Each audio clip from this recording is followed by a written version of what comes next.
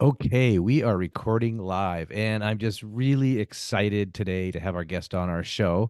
Unfortunately, Devin can't be here. He's taking a break. He's been working like crazy the past while because the actors' strike is finally over down in Hollywood and here in Vancouver and all over. And so he's been really, really busy, and he's just taking a break. So he's taken off for a couple of weeks. Um, so our guest today, I'm super excited. So get ready to be inspired by a true powerhouse in the field of productivity intelligence. He is an international keynote musician and culture change expert. His programs integrate music, which I just found absolutely fascinating, productivity, workplace culture, and neuroscience. So music between connection between music and our brains. So please welcome Gerald Leonard to Impact, our season 3. So hey Gerald, how you doing this morning or the afternoon? I'm doing well, Nigel. I'm doing really, really well. Excited to be here. Yeah, I'm really, really excited. I've listened to a few of your podcasts, your interviews, your TEDx chats, and I'm just really, really intrigued, and I'm really excited about our chat today. So, but Excellent. before we start, what we do, Devin and I usually do, is something called a few truths and a Okay. lie. So there's a lie that's sprinkled in here somewhere, and I'm gonna have Okay. to guess. I'm gonna have to guess what the lie is. Okay, so I'm gonna read these little bits out and I'm gonna have to guess which is the lie. So here we Gotcha. go. Number one. Number one. Gerald helps companies of all sizes fast track the transition to a net zero carbon economy. And I find that really, really super interesting because of my environmental business. I think I'm gonna hang on to that one for a minute. Okay. Gerald is an accomplished jazz drummer. Yeah, I believe that too. Okay. Number 3, Gerald lives by the motto change your focus from making money to serving more people. I love that. I just love that. And then last one here Gerald says jazz inspired him to write 3 books, not just one, but 3 books. So yeah, which is all of those seem so incredible. Just trying to see which one would be the not true. Um, I'm gonna go with the drummer. Maybe you're a jazz singer or something else here. Jazz Um, bassist. jazz bassist. Nice. You're a jazz bassist. Yeah, I actually kind of do that. I kind of threw that in there because I was creeping you last night a little bit on all the media and everything that you've been doing, and I think it's absolutely fascinating. So yeah, so talking about jazz. So Yeah. you're a jazz bassist, right? Yes. And so how did that, playing the jazz bass, how did that kind of inspire you to write 3 books? I just yeah. Well, I've been playing music since I was 10 years old. Okay. Yeah. And I was did my degrees in classical and jazz and Right. music. And I did some ministry work for about 6 or 7 years. And afterwards, I decided to get back into music. But at that time, I Mm-hmm. was married with 2 kids, and I didn't want to be on the road all the time. And so was living in the New York City area. So I Uh-huh. worked locally as a musician, but I got into to augment my income, right? I Mm-hmm. got into IT. And in fact, I Wow. always tell people I got into IT that if you could spell IT, they'd Yes. let you in. Oh my And gosh. so, but it was really cool Uh, because picking up a computer and getting into technology, having been trained in music and classical and reading and jazz and so on, it was like picking up another instrument. And so mm-hmm. I Mm-hmm. found the logic between computer programming, computer concepts, and so on, and consulting was a lot more in line with music because music is very logical. Even jazz Yes. is very Yes. logical. There's frameworks, there's processes, there's structure, there's timing, uh, Mm-hmm. there's theory, there's the notation that you're Mm-hmm. reading, but you read the notes and you play it and you turn the notes and theory into something real. So it's kind of like with computers, you turn code into a program, or you turn Right. the logic of the computer doesn't do anything unless you tell it to do it. And so Right. there's a really logical process. And what was interesting is that Hmm. all the years of music really hone the pathways or the neurological pathways for me for Hmm. around math and science around computers. So when I picked it up, I didn't realize that had been done, right? Hmm. But it was there. The groundwork had been laid, and it was really easy to get into computers. And I love reading, so I started reading a ton of books about it. And the next thing I knew, I was like working as a consultant Right. within a year or two. That's really interesting because I kind of had a similar little story. And I go to this entrepreneurial conclave in Boston every year. I've been going Yeah. every year for 18 years. And I remember in the first or second year I was there, a lot of these guys were musicians. Yes. And they had a little band, and during our breaks and during our evenings, these guys would jam. And I'm like, that is the coolest thing I've ever seen. So one of the Right. guys sat beside me. This one guy sat beside me. And I said, like, how do you, you're so good. And he said, I haven't played, and he was a bass player too. He said, I haven't played the Okay. bass for like 10 years. I hadn't played it for 10 years. These guys wanted to play. I picked it up and it was just like my brain was all wired, for that. And I said, but how do you like learn? I had no idea about music. I didn't know anything. I said, how do you guys learn? Like, how do you do what you do? He goes, Nigel, it's math. Like it's all kind of math and it's all very structured and whatever. And he says, you can do this. And I'm like, what do you mean it's math? Like I have no like what does that mean? And so then I ended up coming back and got my kids were very young and we ended up putting together this little I started strumming and put a little family band together. Right. But like what you're saying, like it makes sense to me. It totally makes sense to me. Yes. Like it Yes. yeah. Yeah, sorry to cut you off there, but I No, no, just no, no. little anecdote there. It is about Yeah. math, and Yeah. there's so many correlations. And one of my pet peeves that I kind of I can't say protest against, but really Yeah. have an angst with when schools have budget cuts, and then the first Yeah. thing they want to do is they want to cut the arts, they want to cut music, and this is something that children love to be a part of, but Hmm. in the long run, whether it's learning, a little wind instrument or learning a string instrument and participating in a musical band throughout Yeah. school really prepares the brain for all of the other learning that math, reading, writing, and arithmetic. It prepares the brain for all of those things in a way that's very paradoxical in that process, because you're not sitting there Hmm. writing and doing problems in math, but Yes. but because you're doing something that's enjoyable, but it's working on the same part of the brain that does that, it Hmm. actually develops the brain. And you find that some of your greatest entrepreneurs are people who have right brain, left brain. I didn't know if you knew this, but Einstein was a violinist. Yes. Yes. I actually, Henry yeah. Yeah. Henry Ford was a violinist. Hmm. Winston Churchill was a prolific painter.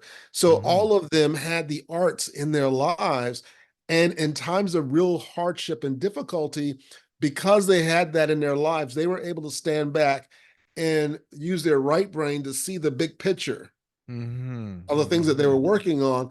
But then because they also had developed the left brain, they were able to go in and do the analytics and on the details and understand the processes and so on. So it made them, and because they had, and when you have that, in one of my books, Workplace Jazz, I Yes. talk Yeah. about what's called whole brain integration. Hmm. And that's where Hmm. your right and your left hemisphere are, there's a lot of chatter. And in the middle there's a bundle of nerves called the corpus callosum. Yeah. And it's basically facilitating the communication between the right and left. Well, guess what does that? Music. Meditation and Music. music helps Yeah. build that connection between the right and left, so that when you are as an adult dealing with real life, real world challenging situations on a political level, on a business level, Hmm. you're able to step back and look at the big picture of what's going on, and Hmm. then develop the strategic strategy and tactical strategy of how to execute it and get it done. And so to me, Yeah. music should be a part of of society. And there's some amazing books written on it. I think when I did my TEDx, Yes. I'll share that story here. I use music. I talked about what if practice is a performance, right? Yes. Because Yeah. the Absolutely. Yeah. I professional love that. I musicians, love that piece. Yeah. at the end of the day, they spend 5% of their time on stage Yes. And 95% practicing. practicing or preparing. Yeah. So Exactly. if you don't love the preparation and the practicing and the process, then you're going to be really bored and it's going to be really difficult.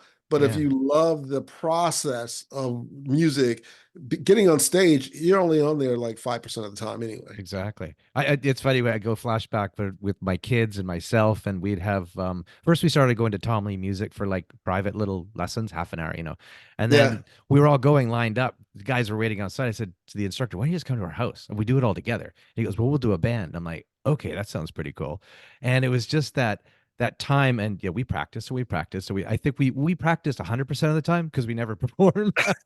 But it was so much fun. Like we would get together, the four of us, and the really cool thing was, is our instructor, each time we'd switch instruments. Like one day I'd be just tapping away on the drums, and the next day I'd be playing the bass, and then we'd do, rhythm guitar, lead guitar, and then my son would do a solo over, and we keep switching around. And then the really cool thing was for me, because I say that I'm not a musician, but the really cool thing is like my part, I could be circling, doing some chords, da, da, da, da, and then just I'm in this band, and then the other guys are picking. But your brain, so brain's focusing on my part, right? I got some finger memory, going there with my guitar, doing whatever. right, But I'm listening to the drums coming in. I'm listening to the bass. I'm listening to. So my brain is going like this, like constantly, like drawing yes, everything in and keep connecting everything. And my part isn't super complicated because I'm doing a repetitive, thing, whatever, most of the time. right, But it was just like the most incredible time, and to do it with your kids, like, oh my gosh, like it was right. so super cool. And what we got out of it, was just this whole lifetime of closeness and joy. Like it was so much fun. It was so much fun, Oh and yeah, I miss it. I really miss it because we haven't done that for a while because they're all a lot older and they're doing their own things. exactly. But Yeah, you yeah, have that special point in time and those yes, memories. And what's interesting is with musicians, and this is what I talk about in some of my books as well, yeah. is that when you're playing music, there's so many skills that you're developing that you're not aware that you're developing. Mm-hmm. Like you were just talking about, you're playing this part and you're like you're playing a repetitive part, Yes, but your brain is engaged in what everybody else is doing. And exactly. what's one of the main things that you're doing? You're leaning forward and you're listening. You're listening to what your daughter's doing. You're listening to what your son's doing. You're Yeah. listening to what the other musicians are doing, and you're trying to figure out how. You're basically listening to how can I blend, how can I connect? Mm-hmm. How can I work? And then you kind of look at each other and you smile and kind of like, you kind of grooving along with each other.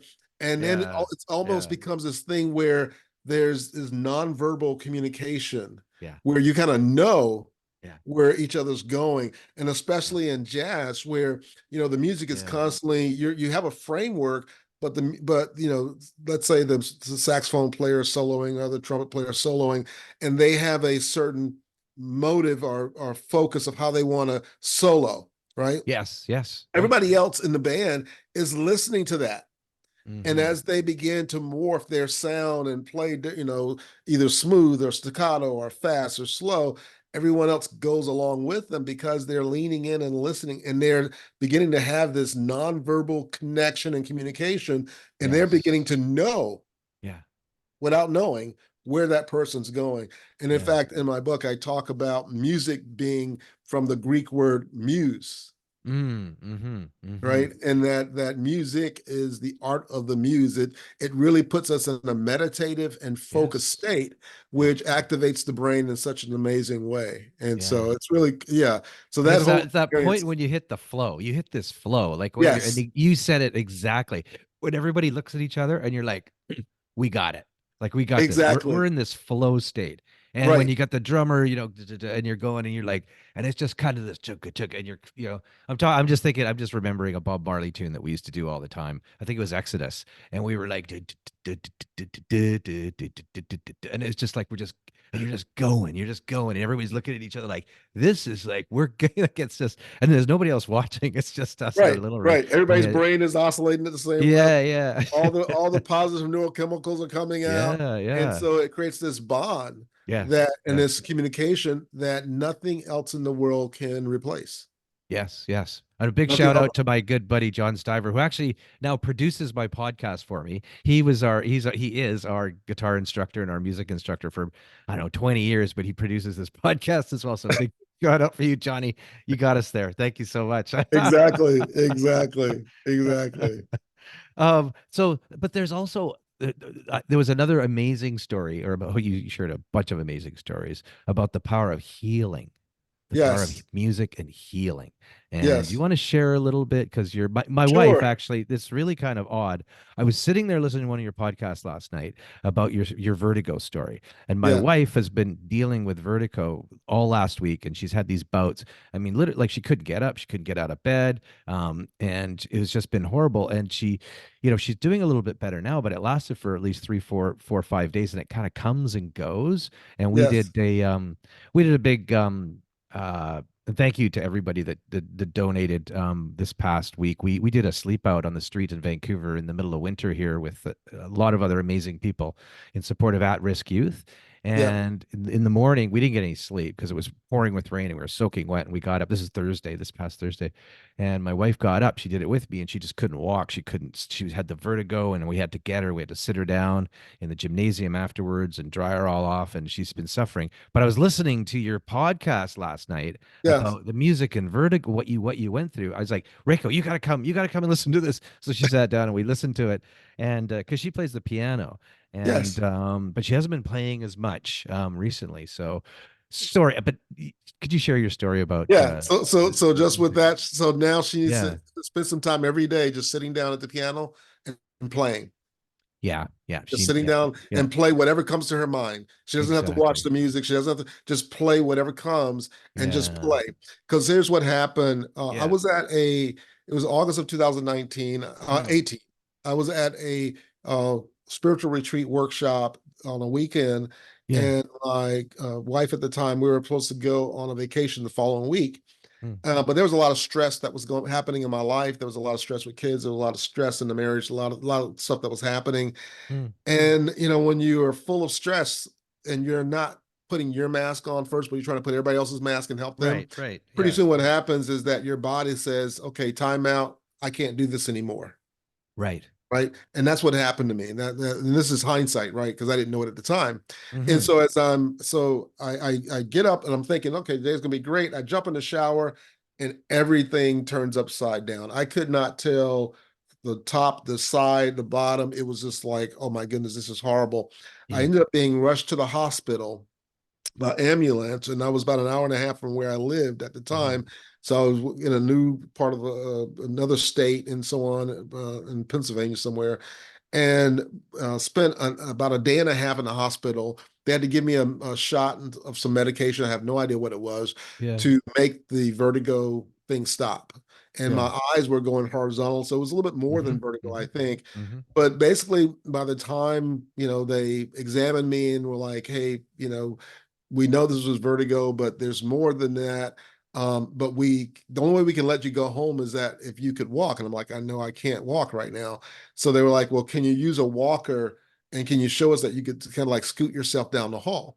So I Mm. was able to do that, right? I hold on to like a little walker and then I could kind of like move the walker and kind of scoot my feet. And that's all Mm-hmm. I could do. I literally could not walk. I couldn't stand up on my own.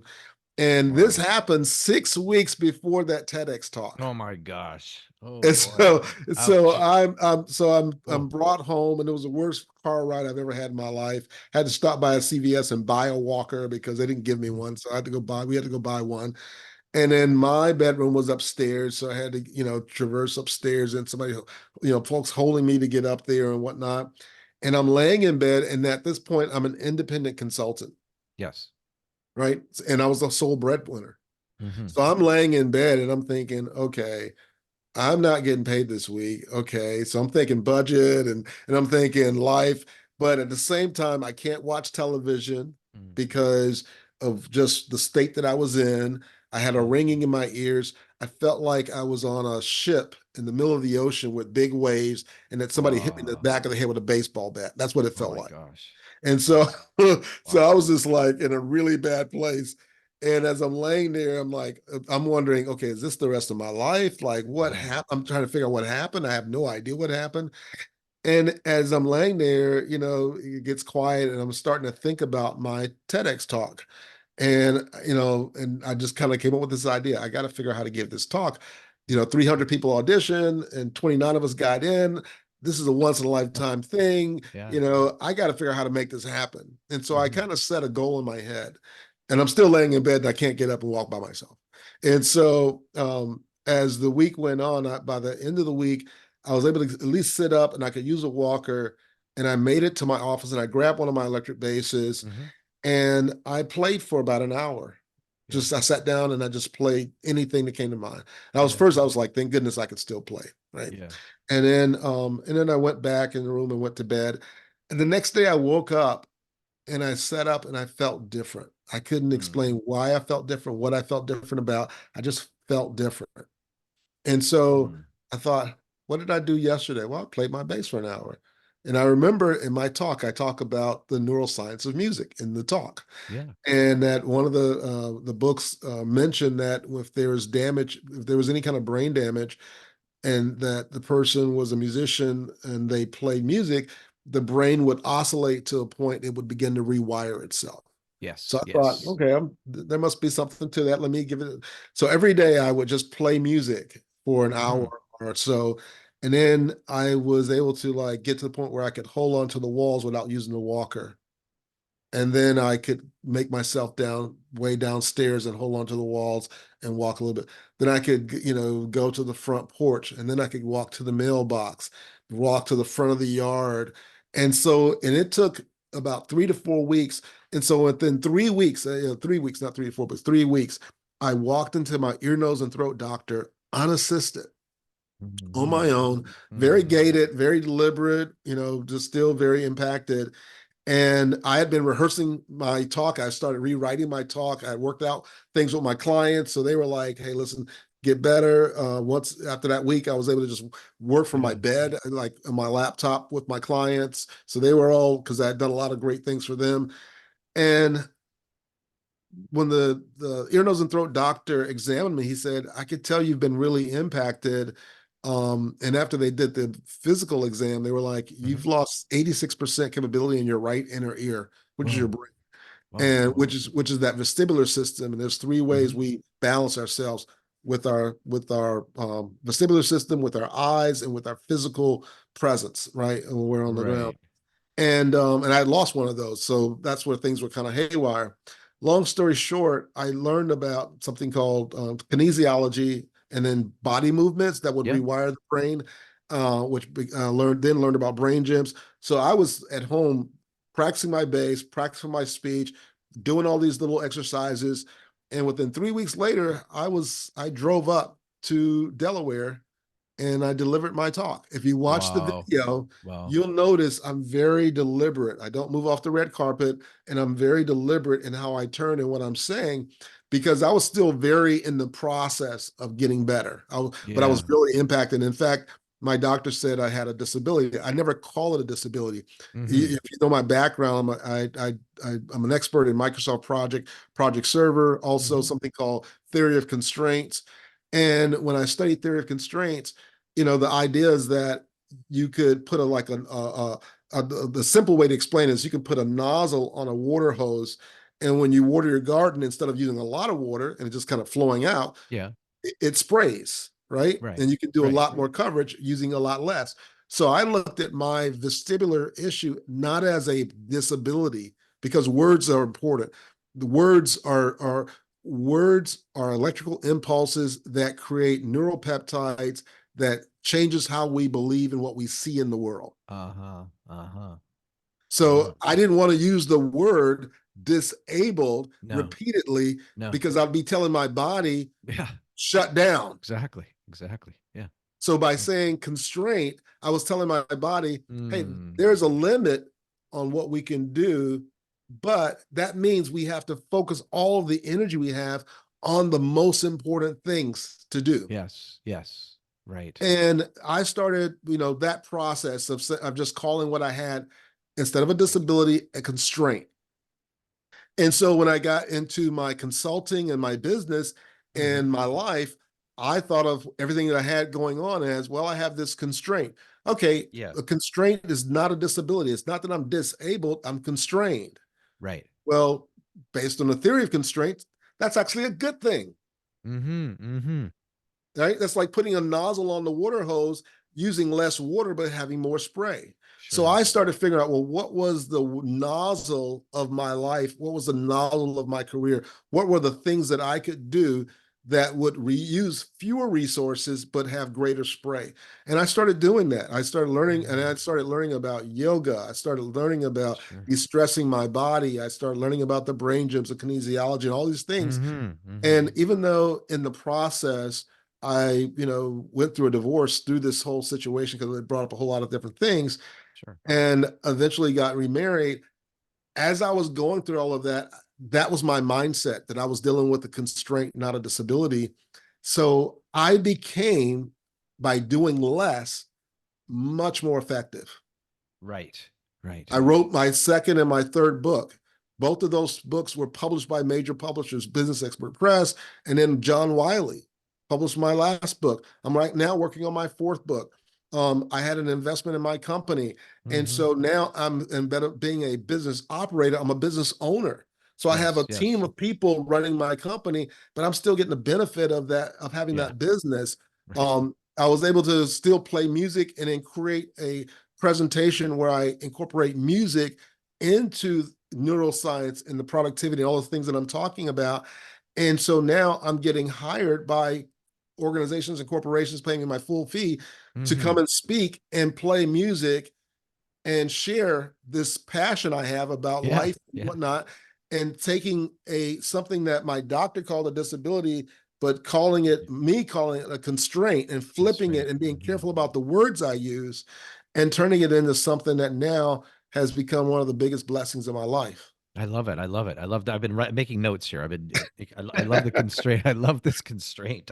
Yeah. It's just kind of yeah, it's, yeah, incredible. Because if you think about it, Yeah, because yeah. the thing I've gotten into now, which is really interesting, is I started doing a deep dive into quantum physics, Nice, and not from nice. the Yes. standpoint of the Beautiful, beautiful. mathematical formulas and everything, Yeah. but just the concept.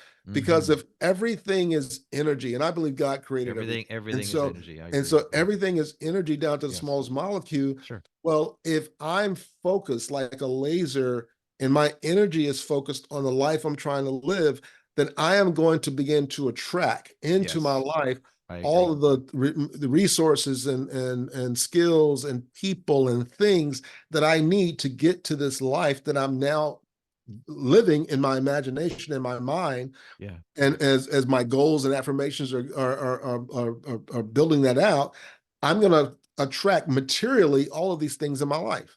Yeah. And that's Yeah. what began to happen.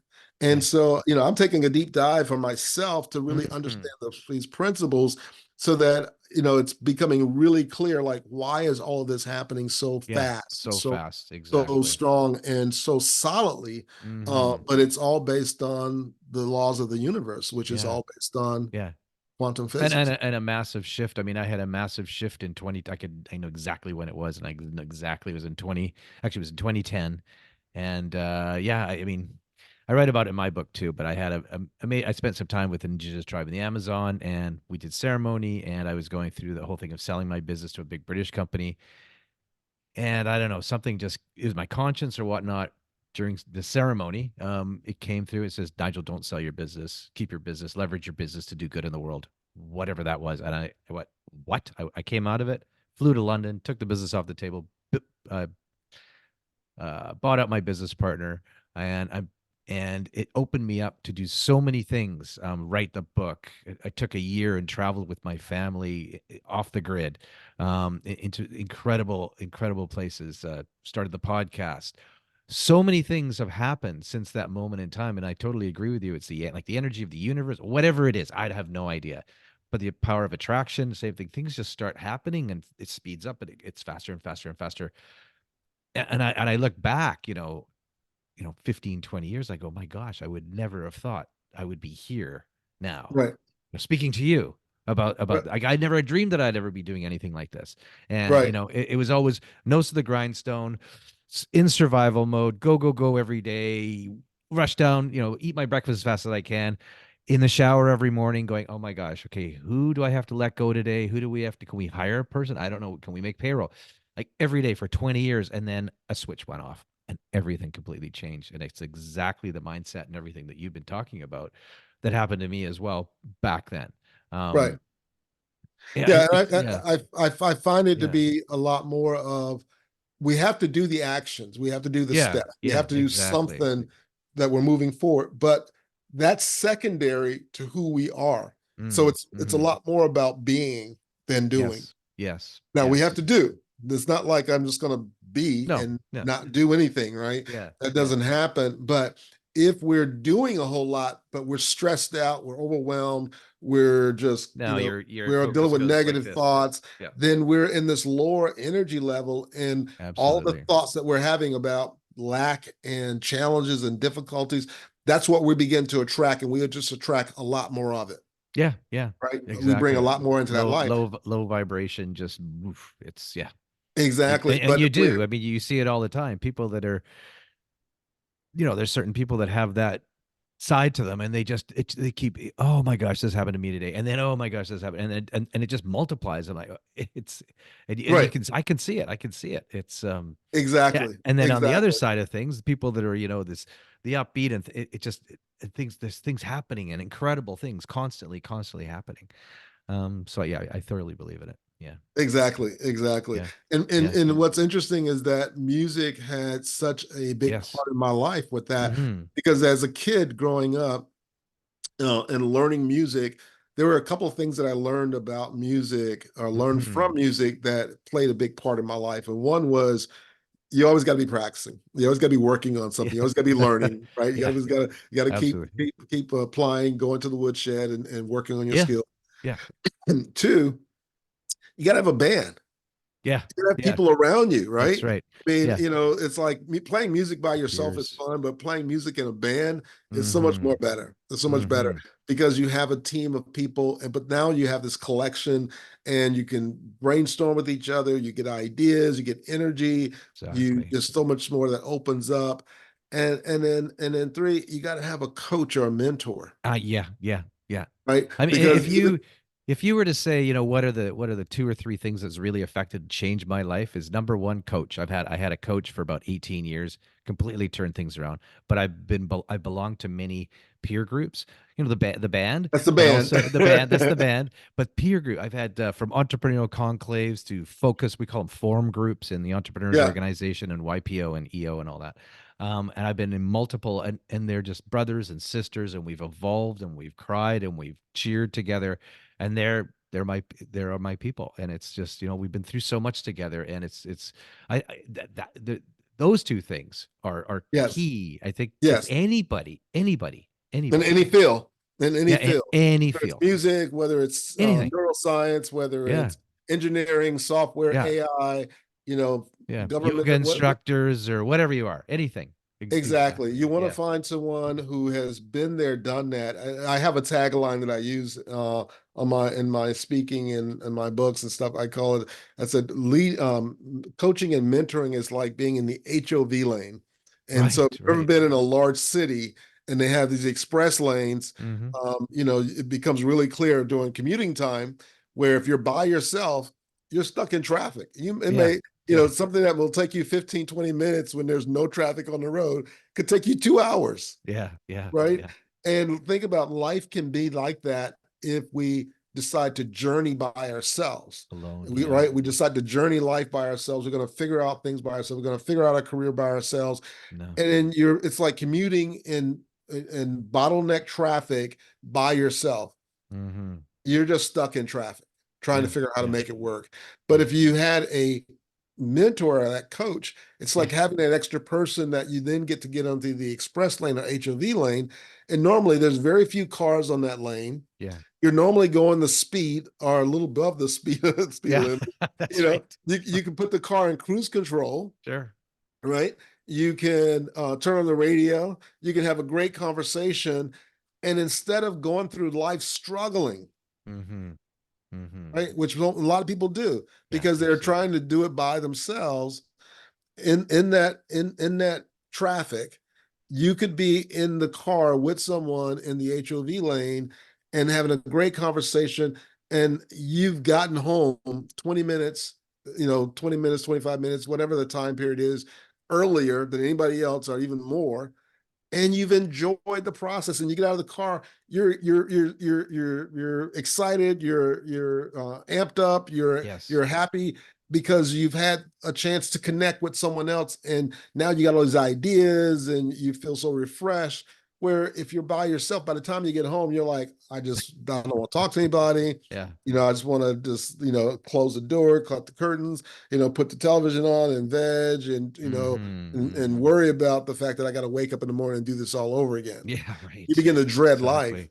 Yeah. And again, Exactly. what you're focused on, and what you meditate on all day long in that car by yourself is what you're going to attract even more of. Yes. Yes. And so you Yes. attract Yes. more of that lifestyle. Yeah. So I totally agree Yeah. with you that the coaching and mentoring has played a massive part in my life. I would not be where I'm at without No, my mentors and no, coaches. no, exactly. And you also said something that we've all got it within us. And you had a little Yes. anecdote there where you shared a story about the acres of diamonds. Was it? Is that what it was?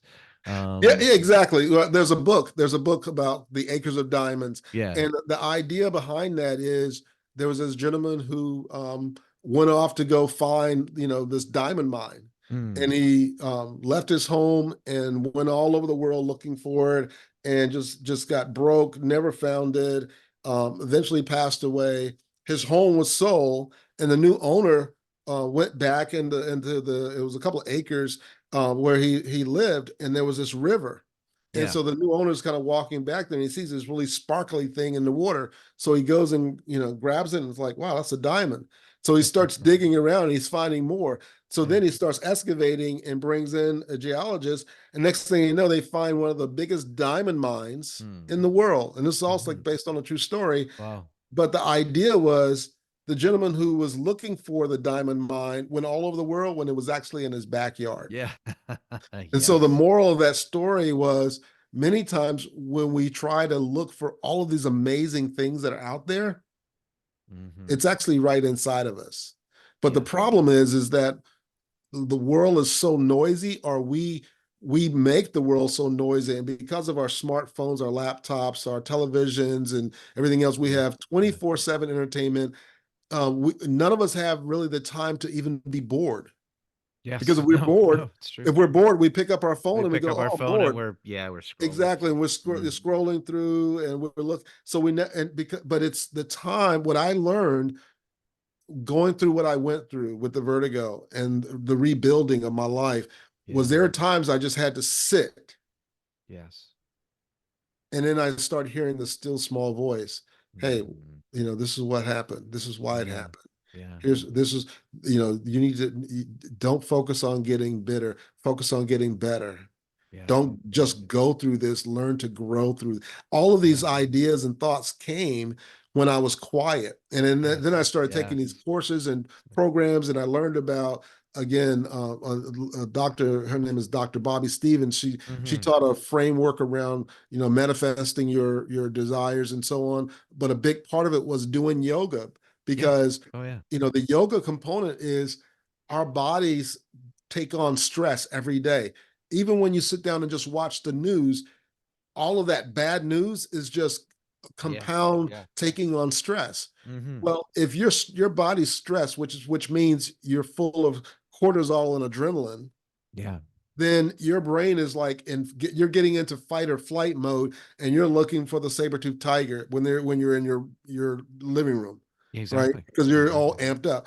Well, if you get rid of that stress and you de-stress your body through yoga and exercise and so on, pretty soon now your brain goes into this creative mode because it's no longer Hmm. worried about survival. So Hmm. now it's kind of like self-actualization. You can begin to create, and so Yes. you start Yes. hearing your intuitive voice, especially if you think about your goals or whatever you're doing, and where you're trying to go.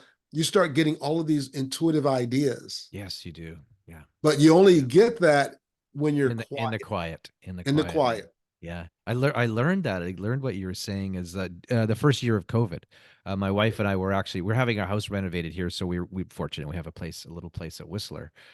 So we lived at Whistler for a year in the mountains, beautiful mountains. There Yeah. weren't any people around. It was just us and the bears. There were so many bears. It was ridiculous. Bears everywhere. But we go hiking every day, probably for 3 hours probably 3 hours every day for a year. I'd do my Zoom calls, and then we'd take off into the woods, and it's the quiet. It's the quiet. We were walking and we were talking, and then we were quiet, and we would kind of meditate in the woods. And then we'd start noticing there's mushrooms. Look at the mushrooms.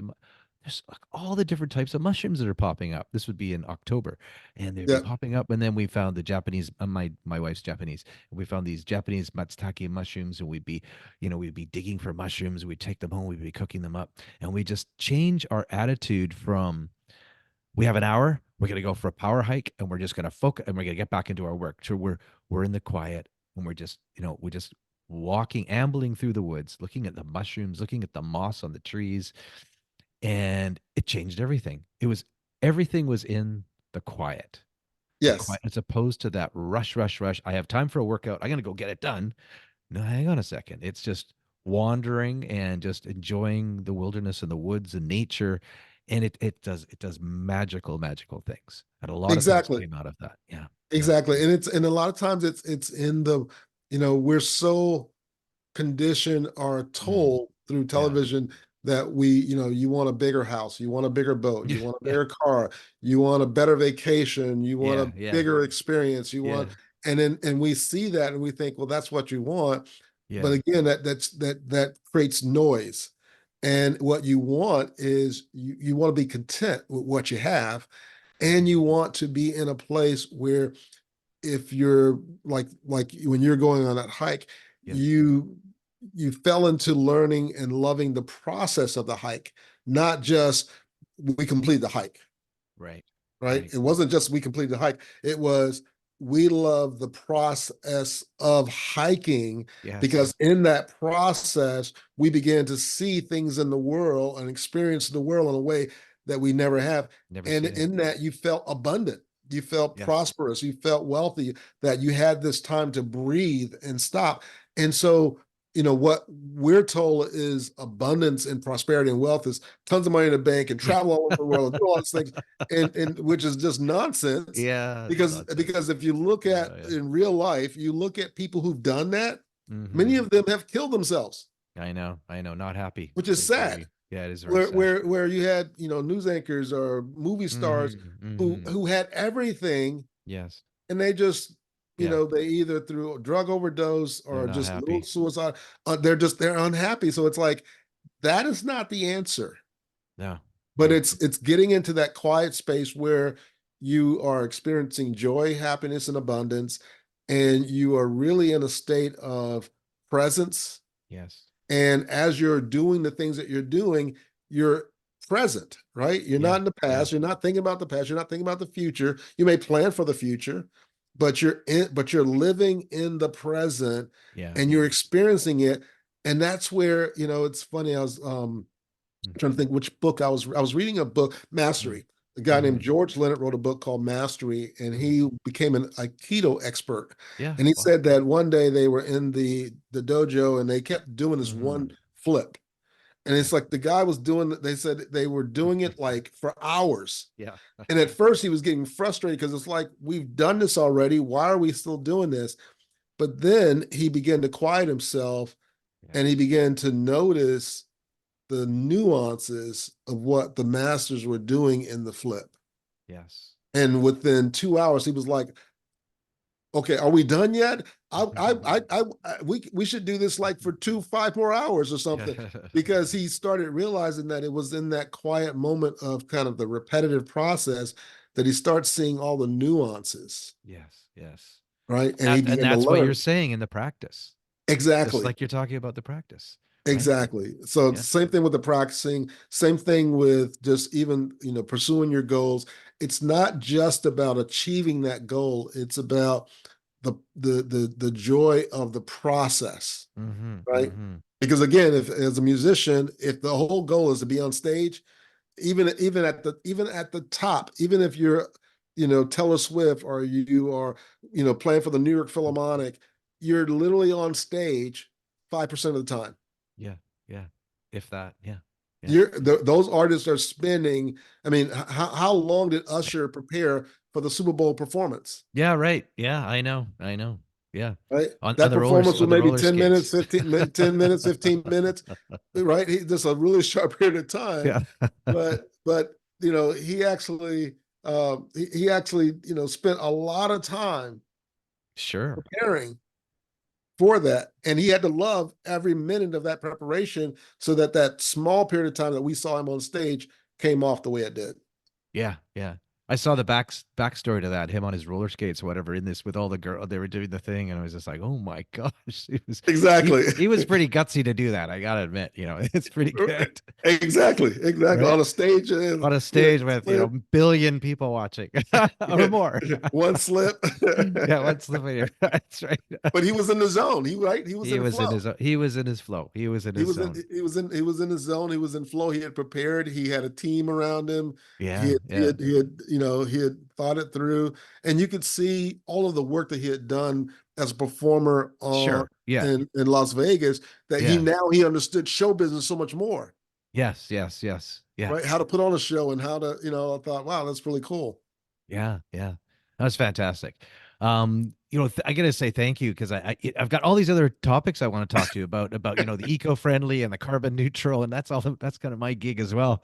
And we're gonna have to have Exactly. you on. We're gonna have to have on Yeah, again. have another conversation And then about. when Devin, I mean, Devin's totally into, quantum physics and all this stuff. Like he's got this mind that he'll read, he'll listen, and he's just like, and he has these conversations. And I'm like, dude, I have no idea what you're talking about. It's like on this totally different level and energy and everything. So yeah, when we'll have to have you back. This has just been absolutely incredible. And actually, I was gonna actually I want to talk about all your books, and then it's just so, like I said, serendipitous that a good friend of mine's wife, Yeah.